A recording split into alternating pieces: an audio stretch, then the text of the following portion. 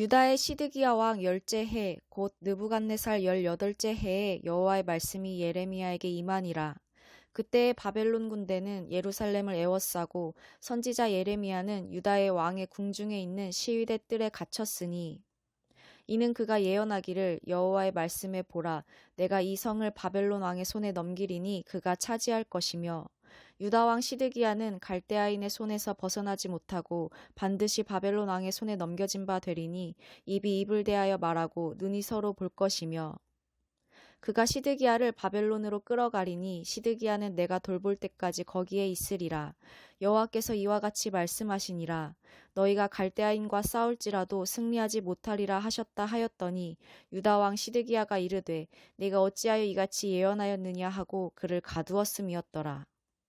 예레미야가 이르되 여호와의 말씀이 내게 임하였느니라. 이르시기를 보라 네 숙부 살룸의 아들 하나멜이 내게 와서 말하기를 너는 아나돗에 있는 내 밭을 사라. 이 기업을 물을 권리가 네게 있느니라 하리라 하시더니 여호와의 말씀과 같이 나의 숙부의 아들 하나멜이 시위대 뜰 안 나에게 와서 이르되 청하노니 너는 베냐민 땅 아나돗에 있는 나의 밭을 사라.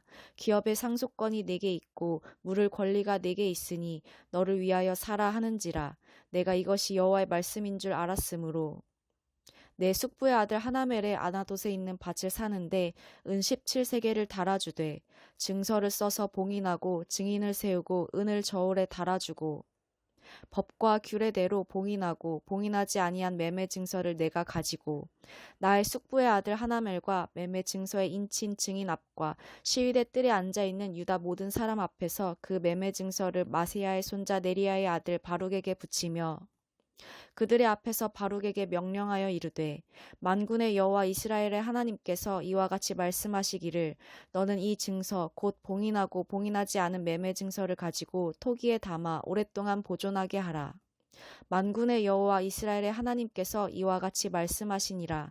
사람이 이 땅에서 집과 밭과 포도원을 다시 사게 되리라 하셨다 하니라. 안녕하세요. 오늘은 기업을 물으시는 하나님이라는 주제로 주말 묵상을 나누겠습니다. 기업 물으기라는 말을 들어보셨나요? 레위기 25장 23절은 토지를 영구히 팔지 말 것은 토지는 다 내 것임이니라. 너희는 거류민이요 동거하는 자로서 나와 함께 있느니라 라고 합니다. 이처럼 레위기 25장 23절부터 28절에 의하면 가나안 정착 이후 지파별로, 가문별로 균등하게 분배된 토지는 하나님의 것이기 때문에 어떠한 일이 있어도 팔아서는 안 되는 것이었습니다. 여호와 하나님께서 여호와의 전쟁으로 정복한 땅을 이스라엘 백성들에게 무상으로 수여하셨고 이스라엘 백성들은 여호와의 땅에서 거류민으로 소작인으로 사는 것이었습니다. 그런데 가난으로 인해 토지를 팔지 않으면 안 되는 상황이 생기는 경우도 있었겠죠? 그런 경우에 가장 가까운 친족이 그 토지를 대신 사들여 그 기업이 다른 사람에게 넘어가지 않도록 보존해주며 이후에 토지를 판 그 사람이 다시 토지를 되사들일 수 있게 했는데 이것을 기업 무르기라고 합니다. 즉 기업 무르기는 그 땅 주인의 가까운 친척이 그 땅을 사서 원래 주인에게로 되돌려주는 것을 말합니다.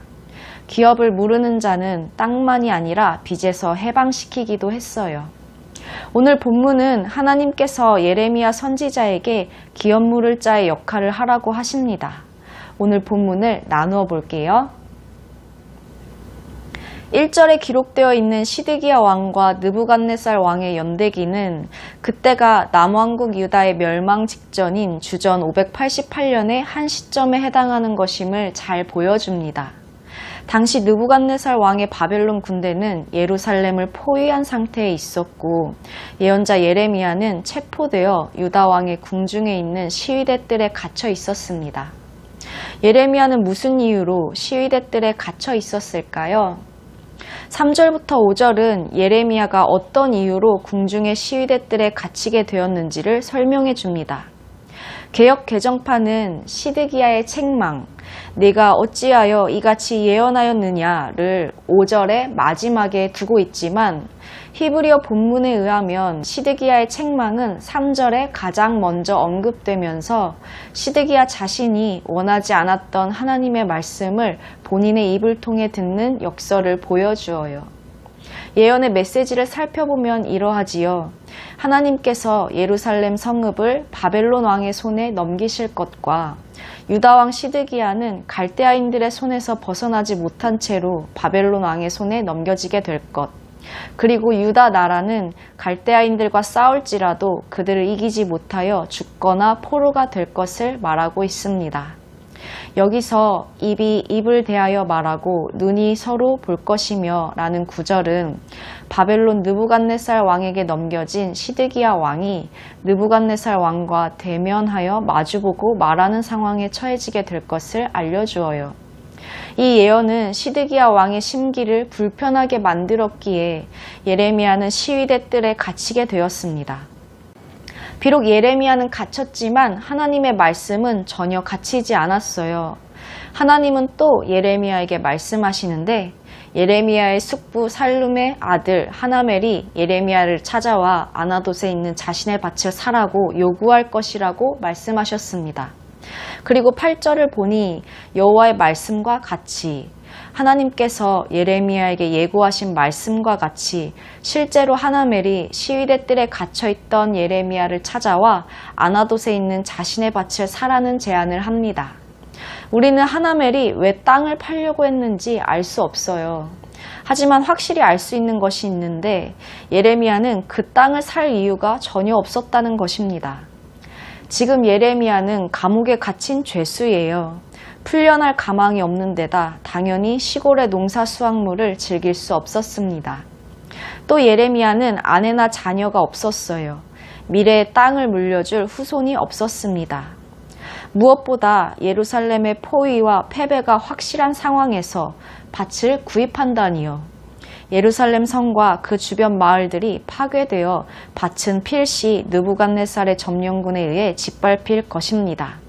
그런 시기에 하나님은 예레미야가 밭을 사기를 원하신다니.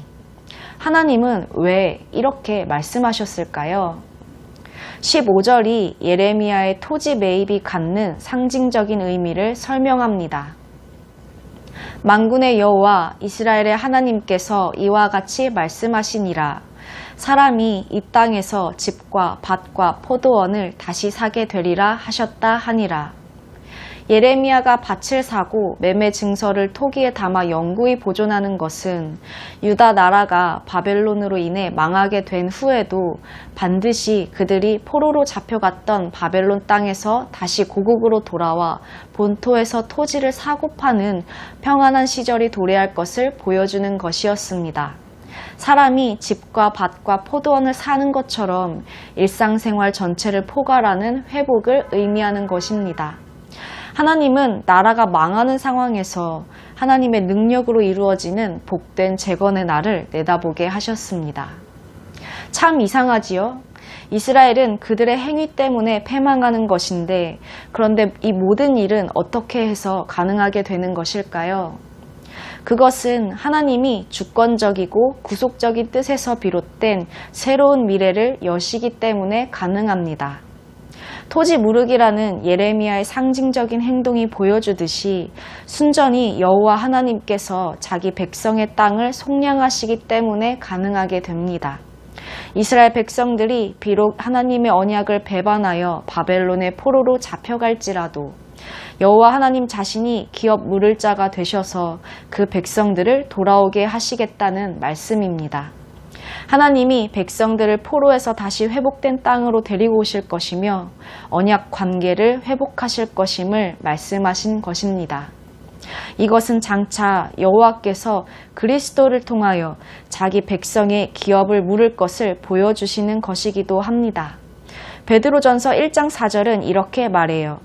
썩지 않고 더럽지 않고 쇠하지 아니하는 유업을 있게 하시나니 곧 너희를 위하여 하늘에 간직하신 것이라.